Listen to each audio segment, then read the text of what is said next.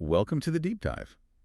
Today, we're tackling a really compelling and pretty complex subject, Stockholm Syndrome. Yeah, it's fascinating stuff. We've got an interdisciplinary look at this, and we're going, way beyond the usual story of that 1973 bank robbery in Stockholm. Right. Our goal here is really to understand the underlying mechanisms, like why a victim might start to identify with their abuser. Exactly. And maybe to start, let's just get clear on what we mean by Stockholm Syndrome. Good idea. At its core, it's basically a situation where a victim develops positive feelings towards their captor or abuser. Okay. Now, the really important thing to understand right from the beginning is that this isn't like a rational choice they're making. It's often an unconscious psychological response. Yeah. It happens in incredibly threatening situations. Really, it's a survival strategy. The survival strategy. Okay. And, while most people immediately think of that Stockholm bank robbery, and yeah, that's where the name comes from, our review points out something interesting. These kinds of attachments, in hostage situations, they've actually been seen much earlier. Oh, yeah. Yeah, we're talking about instances even during World War I and World War II. Yeah. So this isn't some, new or totally isolated thing. Precisely. And that's key. To really understand the depth of this, we need to examine it from, multiple perspectives. Right, not just one angle. Exactly. This isn't just about individual psychology. Our sources really push us to consider the social dynamics, the political implications, and even how gender plays a role. Gender, too. Interesting. Yeah. We'll be exploring some really fascinating ideas, actually, from Viktor Frankl's work on, finding meaning in suffering. Logotherapy. That's it, logotherapy. And also the push and pull of the drama triangle, those classic roles of victim, persecutor, and rescuer. Okay. We'll also look at potential connections to the rise of authoritarianism globally, the influence of traditional gender roles, and even the dynamics of something called hypergamy. Hypergamy. Okay, we'll get to that. It sounds like a much broader landscape than you might initially think. It really is. Okay, so let's jump into that first idea then, logotherapy and the search for meaning. Viktor Frankl's big idea was that our primary drive as humans is to find meaning, especially when things get really, really tough. Right. So how does that relate to someone developing Stockholm Syndrome? Well, what's particularly insightful here is how individuals facing extreme duress, extreme threat, will often try to find some kind of shared understanding or maybe just a way to communicate without constant conflict with their captors. Okay, like finding common ground. Exactly. And while this might look like positive feelings on the surface, it's fundamentally about coping with a terrifying reality. The victim is, as our source puts it, seeking an existential anchor. An existential anchor. Yeah, to navigate the situation with the least amount of sort of psychological damage. Think of it as trying desperately to find a tiny patch of common ground in this whole landscape of threat. Wow. So even when feeling completely powerless, people will instinctively try to find some purpose, something to keep them going. Yes. And in a really strange twist, the very person who is the source of all the danger the perpetrator can paradoxically become, like a source of hope for survival. Yeah. A weird way to reconstruct some meaning. Exactly that. And the review really highlights that this isn't some conscious calculation. It's not like they're sitting there thinking it through. Right, it's deeper than that. Much deeper. It's Yeah. more about the victim subconsciously trying to anticipate the perpetrator's actions, trying to find some pattern in their behavior, really, just to increase their own chances of survival. That makes sense. So seeking the perpetrator's approval or maybe their empathy, these become ways to make an unbearable situation just slightly more tolerable. Logotherapy suggests that within this dynamic, the victim is searching for what they perceive as a vital value in their current circumstances. And that kind of paradoxically can strengthen their emotional connection to the abuser. Strengthen it. Wow. It's as if the mind just grabs onto any available lifeline in a truly desperate situation. It's almost like the subconscious is just saying, okay, this is my reality now. How do I survive this? Pretty much. And finding some kind of connection, even if it's with the person causing the harm, becomes this really distorted way to try and ensure survival. Yeah. So viewed through that lens, through logotherapy, Stockholm Syndrome really underscores this incredible, almost unbelievable human capacity to seek and build meaning, even in the absolute direst of circumstances. That's a crucial point. It really does highlight the strength of the human will to survive, doesn't it? And to find meaning, even when you're stripped of almost everything else. Definitely. Okay, let's pivot now and talk about the drama triangle: victim, persecutor, rescuer. This sounds like a model that could really shed some light on the dynamics we see in Stockholm Syndrome. Oh, it absolutely does. This model helps us analyze the roles people tend to take on in conflict situations and dependency cycles. Right. So, in the context of Stockholm Syndrome, the person held hostage or abused, they obviously start out genuinely in the victim role. That's undeniable. Of course. However, as the syndrome develops, while it might superficially look a bit like a kind of near consent, it's absolutely vital to remember, and our review emphasizes this, that it stems from trauma. It's trauma-based. Got it. Not consent. And the persecutor, or the perpetrator, they're the one in control, using manipulation, threats. Right. But the review mentions something really key here. They might also show occasional kindness or protection. Right. That must create a massive amount of confusion for the victim. Oh, absolutely huge confusion. And what's particularly interesting is that very contradiction. Yeah. The perpetrator inflicts harm, but then offers these moments of respite, maybe a small act of consideration, a bit of food, whatever. This creates significant emotional confusion for the victim, blurring the lines between danger and this really distorted sense of safety. And desperate for any sign of security, the victim will often magnify these tiny acts of kindness, which can, in turn, start to cultivate positive feelings towards the very person who is abusing them. It's a really powerful psychological distortion. Wow. And the rescuer role.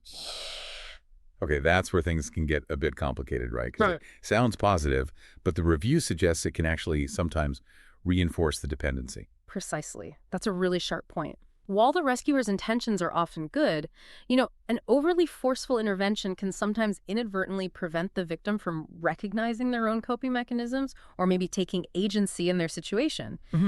And interestingly, the perpetrator themselves can sometimes step into that rescuer role, offering protection or help, which just further muddies the waters for the victim. The perpetrator as rescuers. Tricky.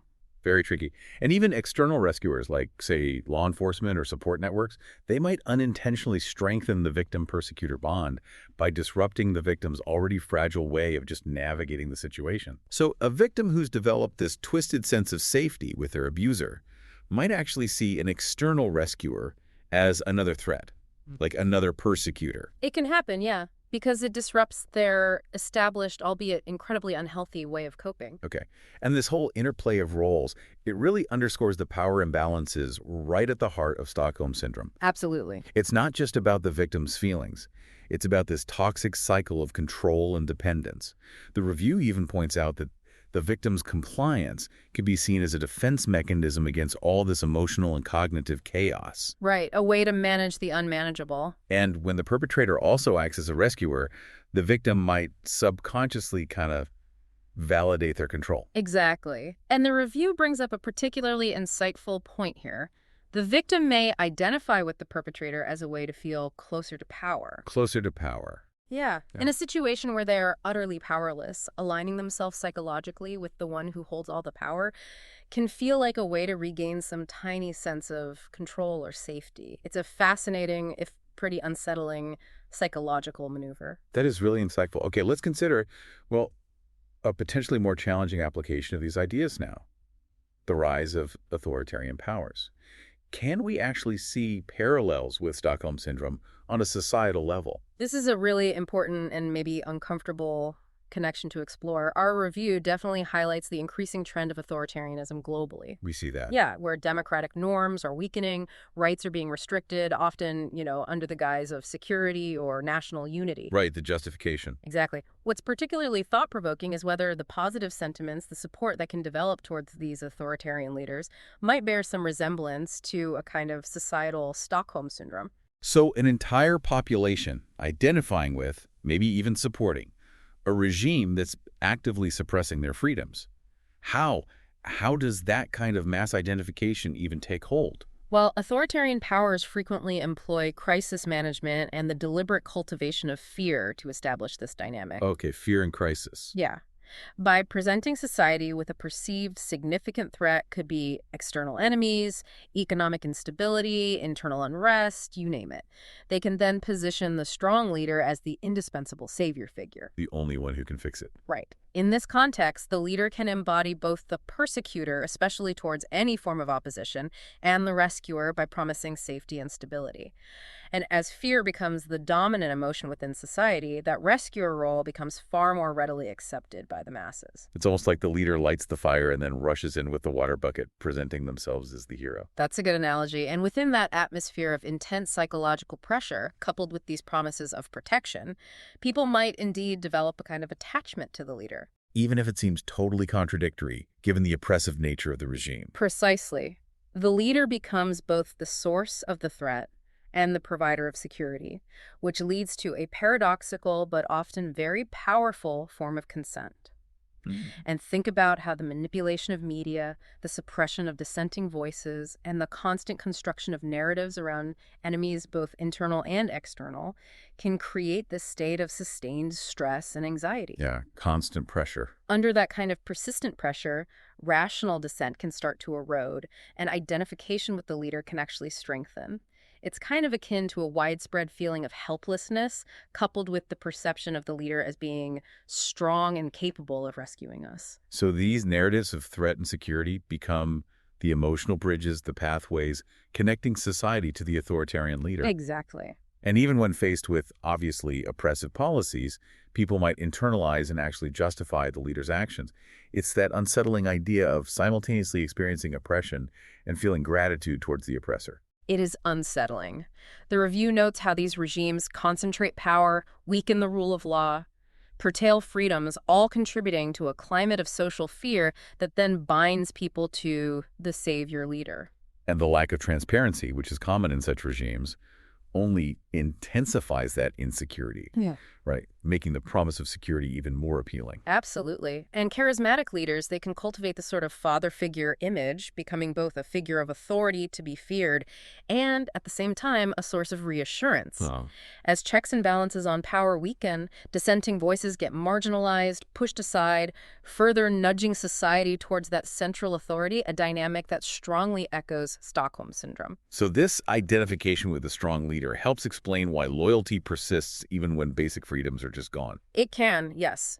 Social fear, whether it's fueled by external threats, economic instability, concerns about internal order, becomes a crucial tool for the continuation of authoritarian rule. Fear keeps them in power. Fear drives people to seek a savior, often the very leader perpetuating the oppressive system. And restrictive policies might get accepted as the lesser evil in the face of perceived greater dangers. It's a chilling thought that identifying with an authoritarian power can become a way for people to create a perceived safe space, much like that psychological bonding between a hostage and their captor. It is chilling. And with the control of media and the constant barrage of propaganda, it can almost become a form of compulsory acceptance. Obedience isn't just preferred, it's driven by necessity and a deep-seated desire to be on the same side as the ruler. So the masses might even suppress their own rational objections, thinking, well, things could be much worse under someone else. That's often the rationalization, yeah. The leader, simultaneously feared and seen as a savior, becomes this kind of safe harbor, discouraging questioning and fostering what the review calls a culture of obedience. A culture of obedience. Wow. So the fundamental search for security under these regimes can indeed lead to emotional consent and unwavering loyalty, really mirroring those victim-perpetrator dynamics we talked about earlier. And it's frequently cloaked in these appeals to lofty ideals like national unity, allowing the leader to be perceived as a savior rather than a persecutor. They garner gratitude by presenting themselves as the only viable solution to these often manufactured threats. It's a deeply emotional attachment. Very much so, like a victim interpreting minimal protection as an act of profound kindness. And then you get the development of leader cults, where the leader's personality becomes almost sacred, and any criticism is framed as betrayal. So identifying with the leader becomes a way to safeguard your own identity within that system. Exactly. And that widespread voluntary silence, that pragmatic compromising with authority just to avoid negative repercussions, it really echoes the behavior of a hostage trying to please their captor to survive. That's a powerful and, frankly, deeply unsettling parallel. Okay, let's now turn our attention to another critical lens: gender roles and how they might intersect with Stockholm Syndrome, particularly within the context of violence against women. Right. Gender roles, those societal norms, the codes that dictate how men and women are expected to behave, often play a significant role in rationalizing oppression, particularly in instances of violence against women. Okay. Our review highlights how ingrained sexist ideologies can actually foster an emotional attachment of victims to their abusers. It's quite disturbing. So these deeply embedded societal expectations for men and women, they can create a power dynamic that makes it easier for this kind of syndrome to actually develop. Absolutely. Patriarchal structures, with their historical roots in male dominance and the restriction of women's autonomy, can create an environment where women are less likely to report abuse or seek help. Makes sense? Cultural beliefs that might portray women as essentially male property or as inherently in need of protection can normalize violence in certain social contexts. It's awful, but it happens. And the repeated reinforcement of these traditional roles can lead to women internalizing them, accepting abuse as just an unfortunate but maybe inevitable part of their lives. Sadly, yes. And when you factor in emotional or economic dependence, it creates a situation where cooperating with an abusive partner might feel like the only viable path to survival or at least stability. Yeah. The review specifically mentions these patterns of the strong authoritarian man and the obedient dependent woman, significantly increasing the risk of a victim identifying with their perpetrator. And tragically, violence against women is such a widespread global issue, deeply intertwined with these gender inequalities, potentially fostering these very victim-perpetrator bonds we're talking about. Exactly. And the cycle of violence itself, that classic pattern, the buildup of tension, the act of violence followed by the honeymoon phase with apologies and promises, that can be incredibly manipulative. Right, the honeymoon phase. Victims might misinterpret that temporary improvement, that brief period of remorse or kindness, as a genuine positive bond with their abuser. It gives them false hope. And the concept of learned helplessness you mentioned earlier. Also crucial here, that feeling of losing faith in ever being able to escape their circumstances. It can lead women to see emotional attachment to the abuser as the safer, maybe the more realistic option. And then you add those external pressures like economic dependency, limiting their actual choices, or the social stigma around divorce, or even just disclosing abuse. Right. That can make women stay closer to the perpetrator, even defend the relationship, almost like displaying, as the review puts it, unconditional support for the abuser. And the constant fear of the perpetrator can trigger those primal survival strategies, like compliance. It's just a devastating dilemma, being the target of violence while simultaneously feeling emotionally attached, maybe even dependent on the person inflicting it. It's incredibly difficult. And as a psychological defense mechanism, victims might start glorifying limited kindness. They focus on and exaggerate those rare positive interactions with the abuser. Magnifying the good bits. Exactly. And when societal stereotypes portray women as inherently weak and needing protection, it's a really perverse irony that abusive men can sometimes be internalized as those protectors. Oh, that's, yeah. And this acceptance, tragically, reduces the likelihood of them seeking help. Ultimately, gender roles that limit women's rights and freedoms significantly increase their vulnerability to this kind of emotional bonding with abusers. So those societal expectations for women to be compliant and for men to be strong can push women into a passive role. Yes, and that intermittent protective behavior from the abuser can further obscure the victim's own utter powerlessness in the situation. And the social judgments against leaving an abusive relationship, that sense of shame, that feeling of it being wrong or sinful in some communities. That can lead victims to internalize the problem, right?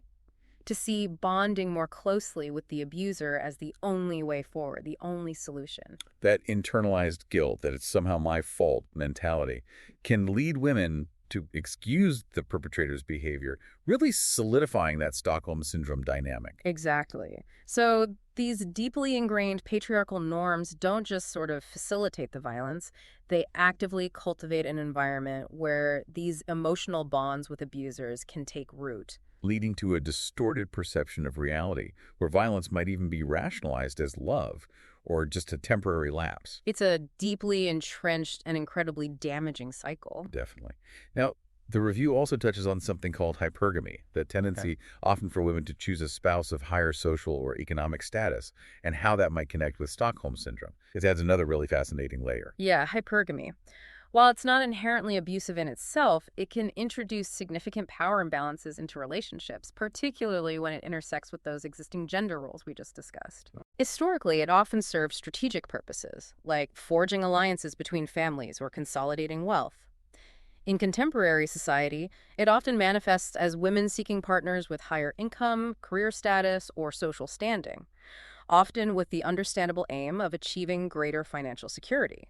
So marriage can become not just about love and affection, but also about social and economic advancement. It can be, yes. And while there's nothing inherently wrong with seeking security, how does that power asymmetry potentially contribute to abuse and this Stockholm dynamic? Well, the review points out that while hypergamous relationships can offer benefits, maybe better social connections, opportunities that significant difference in status can create a real power imbalance. Right. It potentially weakens the lower status partner's ability to make independent decisions. And in situations where abuse then occurs, this pre-existing imbalance can unfortunately contribute to identification with and a sense of loyalty towards the higher status partner, even in the face of mistreatment. It's almost like an unspoken agreement, maybe, like the review suggests. The partner with higher status controls more resources, and the partner with lower status might unconsciously trade some personal autonomy for that. That can be the underlying dynamic, yeah. And if abuse enters this equation, it can unfortunately create fertile ground for those Stockholm-like bonds to develop. The review also mentions how those pervasive Prince Charming narratives in media can normalize these expectations and maybe make it easier to overlook oppressive behaviors. Ah, the fairy tale effect. Kind of. Oh. And feelings of simple gratitude towards a partner perceived as having higher status can establish an inherently unequal dynamic from the start. Okay. And when abuse occurs within this context, it significantly increases the likelihood of a Stockholm Syndrome-like attachment forming.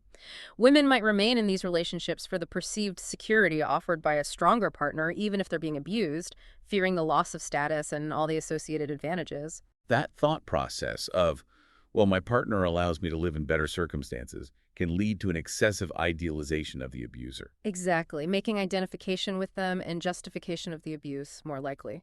And what about social circles? If they see marrying someone of high status as a major achievement. That can exert immense pressure on women to stay, absolutely. They might downplay any reports of abuse with arguments like, but where will you go? You'll lose all these opportunities. It's tough pressure. It is. And this can lead to a troubling situation where the abused partner actively cooperates with their abuser simply to maintain their social standing, subconsciously transforming that initially protecting, elevating partner into a kind of benevolent authority in their own mind. Wow. It's a really complex interplay of social pressures, economic dependencies, and the tragic potential for abuse to cultivate those deeply ingrained Stockholm-like attachments. It really is. Okay, finally, the review delves into the particularly intense dynamics of narcissist borderline relationships. How the extreme power imbalances and dependency within them can create a pathological cycle that closely mirrors Stockholm Syndrome. This sounds like a particularly destructive combination. It is indeed. These relationships are often characterized by really extreme power differentials and profound dependency. They frequently lead to what our source very aptly terms a relationship trap. Okay, a relationship trap. Yeah, narcissistic individuals, with their inflated sense of self-importance, their constant need for admiration, and their manipulative tendencies. They often form intense, albeit highly dysfunctional, bonds with individuals who exhibit borderline personality traits. And borderline traits often include that deep fear of abandonment, intense emotions, maybe black and white thinking. Exactly. That's the typical pattern. So the narcissist, who is constantly seeking validation, kind of preys on the borderline partner's deep-seated fear of being alone. It's incredibly exploitative. Yeah, it sounds... The narcissistic partner might use phrases like, "Nobody will ever understand you the way I do," which directly targets the borderline partner's attachment anxieties and their fear of isolation. Oof. The borderline individual, in turn, may idealize those fleeting moments of attention or affection from the often emotionally abusive narcissist, viewing them as a desperately needed safe harbor in their own turbulent emotional landscape. But the reality is often abuse. Right. The persistent emotional abuse inflicted by the narcissist fosters a profound sense of helplessness in the borderline partner, who then clings even more desperately to those rare positive aspects of the relationship as just a means of survival. It's that classic abuser tactic again, isn't it? Intermittent reinforcement, just enough positive interaction to keep the victim emotionally hooked. Precisely. And the narcissist might even actively reinforce this distorted gratitude by occasionally playing the role of the savior. While the borderline partner's intense fear of abandonment keeps them trapped. Exactly. And the narcissist's manipulative tactics systematically erode their self-confidence and any belief that they could actually leave the relationship. It creates this devastating emotional dependency where their entire sense of self-worth becomes contingent on the narcissist's approval. That's just awful. And the pattern often escalates. Narcissistic individuals may deliberately isolate their borderline partners from their existing support systems, cutting off family, friends, further intensifying their dependency. Making the narcissist their whole world. Tragically, yes. And the borderline partner might even actively participate in this isolation, perhaps genuinely believing that only their narcissistic partner truly understands them. And breaking free must be incredibly hard, especially since, as the review notes, both personality structures can be quite resistant to therapy. It makes it extremely challenging, yes. So you have this convergence of specific personality traits creating this incredibly intense emotional vortex. The stark power imbalance, the ongoing abuse, the systematic manipulation, it all contributes to the borderline partner developing a deep identification with the narcissistic partner. It's a tragic form of voluntary captivity, as the review so poignantly describes it. It really is. And breaking free necessitates a profound reevaluation of personal trauma, deeply ingrained societal norms, and their entire network of relationships. It truly sounds like a particularly pathological manifestation of the core dynamics we see in Stockholm Syndrome. Absolutely. The emotional abuse generates that profound sense of helplessness. The sporadic acts of kindness create that distorted emotional bond, and the pervasive fear of abandonment keeps the victim psychologically tethered to their abuser, perpetuating a deeply unhealthy, destructive cycle. Well, this has truly been a deep dive, hasn't it, into the really multifaceted phenomenon of Stockholm Syndrome. It certainly has. We've explored its origins, its core psychological underpinnings, and its surprising connections to broader social and political dynamics, the influence of gender roles, hypergamy, and these destructive patterns that can emerge in certain personality disorders. It's clear that this is far, far more complex than just hostages developing affection for their captors. Indeed. It's a really complex interplay of survival instincts, power dynamics, the search for meaning, and these deeply ingrained societal forces. It's tangled. Yeah, very tangled. So as we consider how deeply these dynamics of power, of fear, and that fundamental human search for security are woven into our individual lives, our social interactions, and even our political landscapes, it really prompts a profound question, doesn't it? What's that? How can we become more attuned, more aware of these subtle influences in our own lives and in the world around us? And maybe even more fundamentally, what does it truly mean to break free from these cycles of unhealthy attachment and control? That's the big question. This deep dive, what we covered a lot, has really only scratched the surface. There are countless avenues for further exploration into the intricate complexities of human behavior under duress, and the fascinating and sometimes, disturbing ways in which we adapt and paradoxically form bonds with those who inflict harm upon us. Absolutely. So much more to understand.